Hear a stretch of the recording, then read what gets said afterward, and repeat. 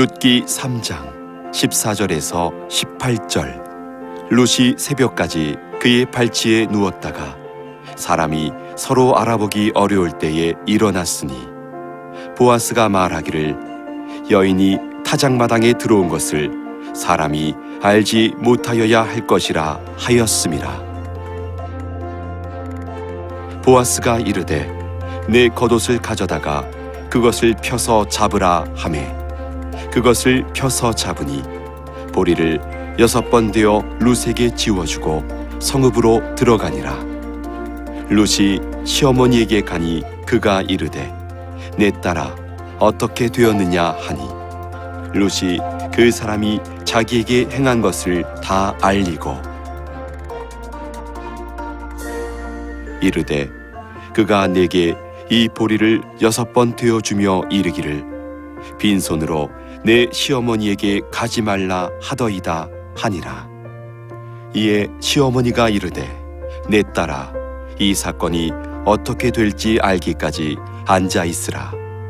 그 사람이 오늘 이 일을 성취하기 전에는 쉬지 아니하리라 하니라.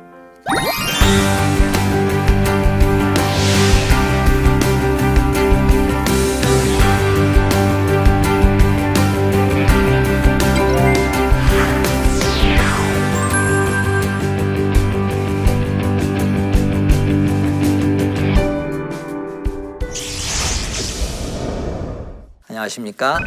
룻기를 섬기고 있는 남성교회 김명국 목사입니다. 룻기가 전체 큰 제목이 모두를 행복하게 한 헤세드입니다. 행복해지실 준비를 좀 하시면 좋을 것 같습니다. 오늘은 특별히 그 행복을 향해 가는 아주 중요한 전환점으로서 타작마당의 이야기가 과연 어떻게 됐을까? 룻의 명예까지 상대방의 마음과 상대방의 위치를 생각하게 해주는 그런 헤세드의 특별한 면을 나타내는 것으로 오늘 이 타작마당의 이야기가 마무리가 되고 있습니다. 그래서 제7과 룻의 명예까지 지켜주는 특별한 헤세드라고 제목을 잡아봤습니다. 오늘의 전체적인 이야기의 포인트는 타작마당에서 보아스와 룻의 이야기의 결말을 우리가 보도록 하겠습니다. 그리고 그때 보아스가 행한 그의 말과 행동을 무엇을 의미하는지를 또한 생각을 해보도록 하겠습니다. 마지막으로 이런 이야기를 다 들은 나오미가 어떻게 반응을 하고 있는가 하는 그의 이 얘기를 듣고 난 다음에 그 일이 그냥 인간적으로 잘 됐다 이게 아니고 그 일의 결과와 마무리를 하나님이 어떻게 행하실 것인지를 기대하는 그런 나오미의 숨어있는 그런 영적인 마음을 우리가 또한 살펴볼 수 있을 것입니다. 현숙한 여인으로 보아스가 표현하고 있다는 지난주의 얘기를 조금 더 연결해서 생각을 해보도록 하겠습니다. 왜냐하면 지금 타작마당에서 룻이 결혼을 요청하는 그 분위기와 상황과 이런 내용이 오해의 소지가 현실적으로 여러 가지 많이 있었다라고 지난주에 말씀드렸습니다. 여기에 대하여서 이 내용이 기본적으로 천박한 내용이 아니다라는 것을 보아스가 정확하게 이야기를 해줌으로써 상대방이 우려하고 걱정하고 있는 그 마음을 만져주는 그런 보아스의 행동이 나옵니다. 우리는 종종 어떤 은혜를 베푼다고 하면서 상대방으로 하여금 자존감을 상하게 하는 형태의 이런 실질적인 도움을 조금 줄지 몰라도 그의 마음은 완전히 깔아앉히는 이런 행동들이 자비라는 명문 안에 얼마든지 나올 수가 있다는 것이에요. 근데 오늘 보아스가 룻에게 보여주는 것은 굉장히 여인에게 줄 수 있는 큰 칭찬의 내용일 겁니다. 여기 오늘 본문을 보니까 온 동네 사람이 당신이 정숙한 여인이라는 것을 이미 알고 있습니다. 그래서 당신이 한 지금의 이 행동에 대해서도 내가 오해 없이 당신의 말을 다 받아들이겠습니다라는 것이 깔려있는 아주 중요한 내용이 되는 것입니다. 그리고 여기에 또 중요한 표현을 하나 썼습니다. 여기에 어떤 앞으로의 일이 벌어질 가능성이 또 쓱 들어가 있는 표현이 여기에 묘하게 싹 들어가 있습니다. 이제 내 딸아 두려워하지 말아라. 이 표현을 쓰고 있습니다. 룻의 위치가 점점점 어떻게 바뀌는지에 대하여서 잘 표현해주고 있는 하나님의 역사가 본인은 보아스는 알지 못하고 하는 말이지만 그 안에 하나님의 어떤 깊은 뜻이 담겨있는 그런 어떤 섭리의 역사를 우리가 볼 수가 있는 것입니다. 내가 내 말대로 내 곁에 행하겠다. 내가 현숙한 여자인 줄은 나의 온 성읍 백성이 알고 있다. 이렇게 표현을 합니다. 그래서 보아스가 기업 이을 자라는 룻의 요구에 대하여서 보아스가 그것에 대해서 맞다, 내가 그렇게 하겠다라고 설명을 하는 장면이 나옵니다. 당신의 옷자락을 펴서 당신의 여종을 덮으소서. 이는 당신이 기업을 물을 자가 됨이니이다. 이 말을 그대로 받아서 인정을 하는 거예요. 내가 이제 지금 하는 행동은 너에게 일방적인 자비를 베푸는 게 아니라 내가 마땅해야 할 의무이다. 이걸 그 표현대로 얘기하면은 내 특권이다. 이렇게 지금 표현을 하는 것입니다. 이 말도 굉장히 의미가 있습니다. 왜냐하면 이런 나오미와 룻이 결혼을 청혼을 제안하면서 거기에 어떤 한 가지 걸림돌이 있습니다. 만약에 보아스가 룻에게 무슨 말인지 알겠지만 나는 아니야 라고 자기를 도망갈 구명을 얼마든지 만들 수가 있는 것이거든요. 그런 의미에 있어서 그 상황을 설명을 하되 그 상황이 상대방에게 걸림돌이 되지 않게 그 상황을 설명하되 내가 그걸 해결해 나가겠다라는 마음으로 보아스가 이 얘기를 합니다. 룻의 걱정이 많겠죠. 혹시 보아스가 나를 천박한 여자로 보면 어떡하나.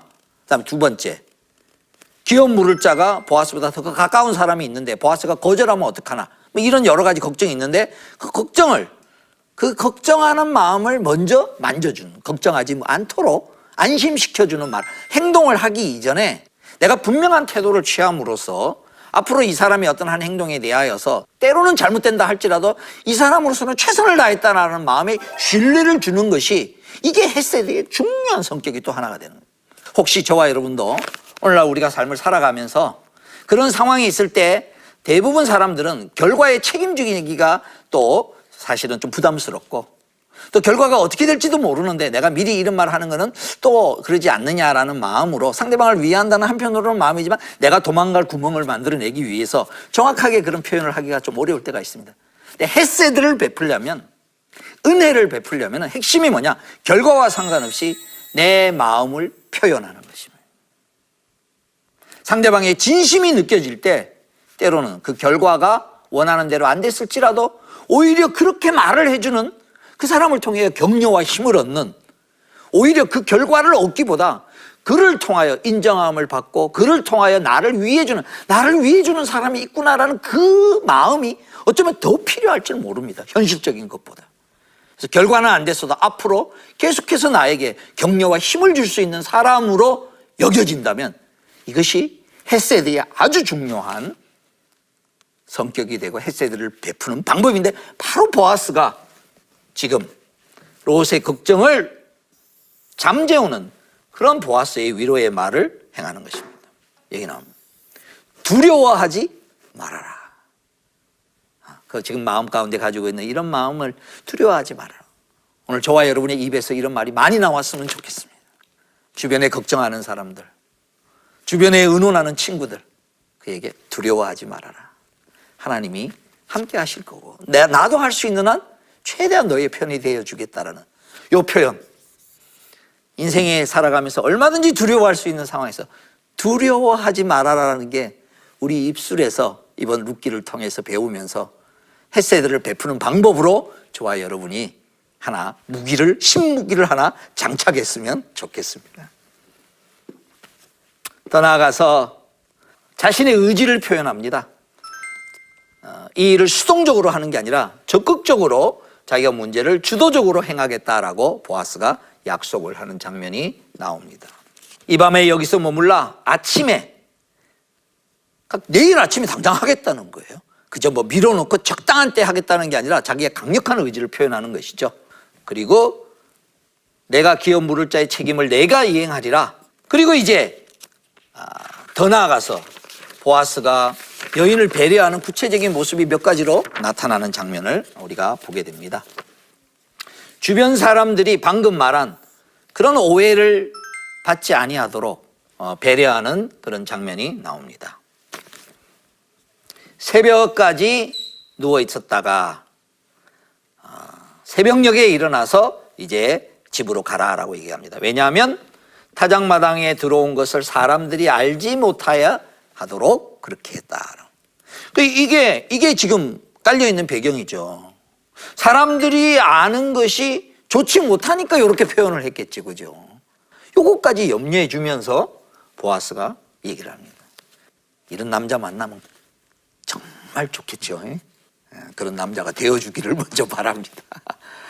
자, 보십시다. 그리고 더 고급한 표현. 보아스가 그 밤에 룻과 잠자리를 가지지 않았습니다. 결혼까지 약속하고 자기 발밑에 들어온 여인이고 얼마든지 그를 품에 안을 수 있을 텐데 보아스는 그렇게 하지 않았습니다. 여기에 많은 것이 나는 함축됐다고 생각합니다. 왜냐하면 핵심적인 게 뭐냐, 단순한 어떤 인간의 욕망이나 인간의 무엇을 채우기 위해서 내가 이 일을 하는 것이 아니고, 또 만약에 그렇게 했을 경우에 지금 귀여운 물을 자로서의 이런 멋진 하나님의 은혜를 베푸는 것이 혹시 속된 것으로 변질되지 아니할까. 이런 어떤 욕망의 마음의 체험으로, 그러니까 욕망이 없다는 게 아니라 욕망의 마음을 체험으로써 원래 의도했던 것이 싹 사라져버리는, 그렇게 오해를 받을 수 있는 여지를 행동하지 않았다는 거예요. 그러니까 즉 거룩한 것을 거룩한 것으로 지켜내는 이런 어떤 모습의 표현들이 나오는 거죠. 또 상대방에게 적극적으로 안심시켜주는 말을 단순히 자기의 개인적인 인간적인 결정이 아니라 내가 하는 이 일은 나의 신앙의 표현이다라는, 나는 이 고엘 제도, 귀여운 물을 자의 제도를 내가 온전히 실행하기 위해서 행한다라는 그런 자신의 신앙적 의지를 정확하게 표현을 합니다. 여러분, 이것도 참 의미 있는 것입니다. 내가 어떤 일을 행할 때 때로는 내 마음으로 내가 해주고 싶다라는 데 머무르지 않고 내가 이 일을 하는 이유가 하나님이 그걸 원하시기 때문입니다 라고 표현하는 것이 훨씬 더 내가 해주고 싶다라고 표현하는 것보다 더 성경적일 뿐만 아니라 더 상대방으로 하여금 그 일에 대한 격려와 힘을 얻게 되는 과정입니다.